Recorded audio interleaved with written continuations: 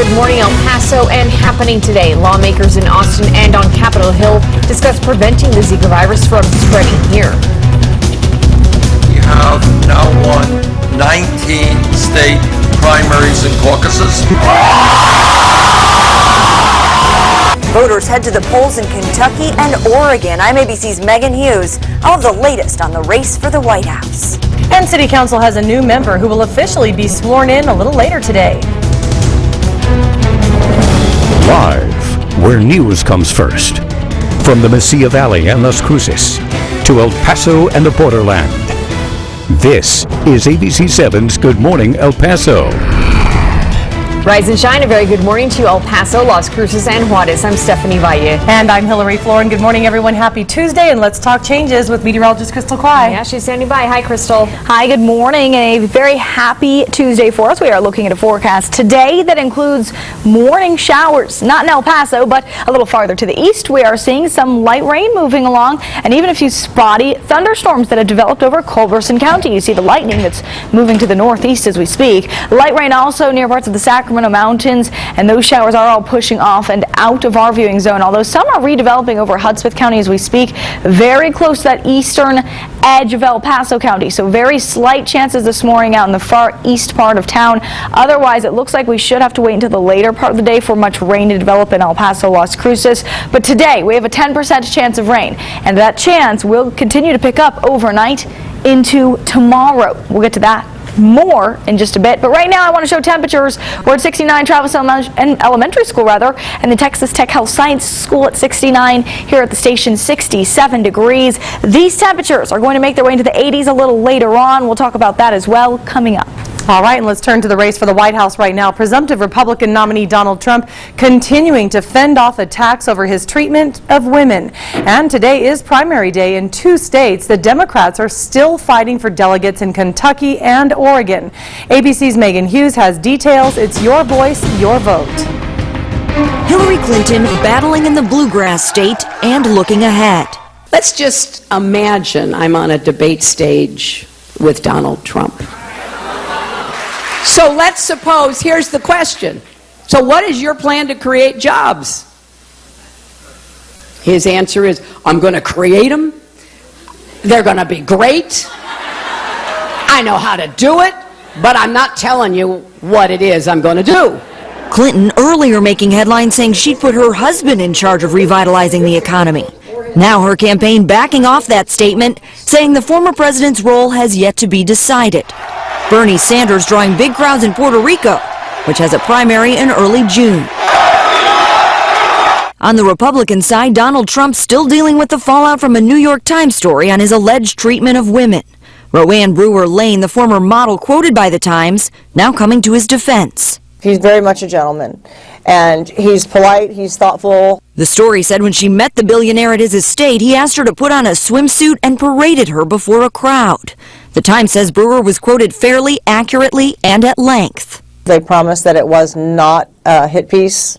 Clearly it was. Trump also making waves across the pond, responding to British Prime Minister David Cameron's contention that Trump's position on Muslims was stupid. It looks like we're not going to have a very good relationship. Who knows? A group of Republicans, including Mitt Romney, have reportedly been looking for a third-party candidate to take on Trump. Ohio Governor John Kasich last night said he would not be playing that role. Megan Hughes, ABC News, Washington. Happening today, the Texas Senate and Human Services Committee will discuss the Zika virus. The meeting will review the state's response to Zika. Committee members will hear testimony from state health officials and medical experts. The committee will also evaluate the state's ability to effectively respond to challenges posed by the virus and ways to prevent the disease from spreading. Also happening today in Washington, the Senate plans to vote on President Obama's request for money to combat the Zika virus. Zika can cause a serious birth defect, and it's expected to spread more widely during the summer mosquito season. Also happening today, the National Transportation Safety Board will issue its opinion on last year's deadly Amtrak crash near Philadelphia. Initial reports show that the engineer may have been distracted by radio transmissions. An official briefed on the report's findings says investigators also believe there were some issues with the train's emergency windows. Several people were killed after they flew right through them. 8 people in total died in the accident. May is El Paso Bike Month, a time when the community is encouraged to ditch the car, take in some fresh air, and maybe ride a bike. Good morning, El Paso's Denise Olivas has more on the latest and this event that's happening today. Denise? Today's event is called Cycle for Salsa, and it's all happening here at San Jacinto Plaza. As you can see right behind me, organizers are already setting up. This is what you're looking at. Mills Avenue is closed off right now between Oregon and Mesa, so that'll be closed off to allow all the cyclists that are expected to safely ride through here in just a few hours. The event is expected to start at about 6:30. Riders should be arriving, or cyclists should be arriving between 6:30 and 7, and this will last until 1 o'clock this afternoon here at south of the San Jacinto Plaza. They're setting up music. There'll be different events. Let's take a look at that schedule of events that's happening so you can start making plans if you do want to make your way out here, and of course bring your bicycle along with you. There will be free coffee and healthy treats from 6:30 to 8:30 this morning, then free yoga at 9:30. Then there will be a protected bike lane demonstration. Of course, you got to know your safety if you're going to be cycling around the city. There will be live music at 11, and then it all wraps up with the local food salsa cook-off at 11:30, hence the name Cycle for Salsa. But already things are getting underway here in downtown El Paso, and of course this is all part of El Paso Bike Month, and this isn't just the only event that you can take advantage. There'll be several events throughout the month, so we have posted a link on our website KVIA.com where you can find a whole schedule of events that'll be happening the rest of the month. But definitely shaping up to be a great morning to be out here in downtown El Paso. Back to you. All right, Denise, thank you for that update. Happening today, Jim Tolbert will be sworn in as District 2's new city representative. Tolbert is set to be sworn in after winning the special election May 7th.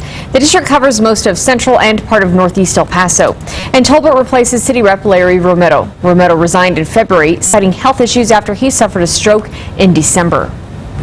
And now at 6:07, time for weather and traffic on the 7s, and we've got Crystal standing by. Good morning, Crystal. Good morning. Our forecast today, well, we've got to talk about the winds and chances of rain. So you probably want to grab the allergy medication. If not for today, then for what we saw yesterday, which is still going to affect our air quality today. Plus maybe a hair tie and hat. We are looking at some breezy to windy conditions as we move into the later part of today, and an umbrella if you're going out this evening. Today it's just a 10% chance, but as we move into tonight, that chance does start to increase. Here's your planner. 8 a.m. we're at 70 degrees, by noon 78, and at 4 p.m. 85 degrees, our forecast high temperature. Now this is not as warm as yesterday, and we are looking with it a 10% chance of rain that lingers into your early evening. That's when we shift from breezy to windy conditions. Then overnight, that chance of rain continuing to peak, but the best chance is on your Wednesday. We will check in on that rain potential coming up in just under 10 minutes. And now we're checking in on traffic, which is looking really good right now. US 54 in Diana, nice and clear out there.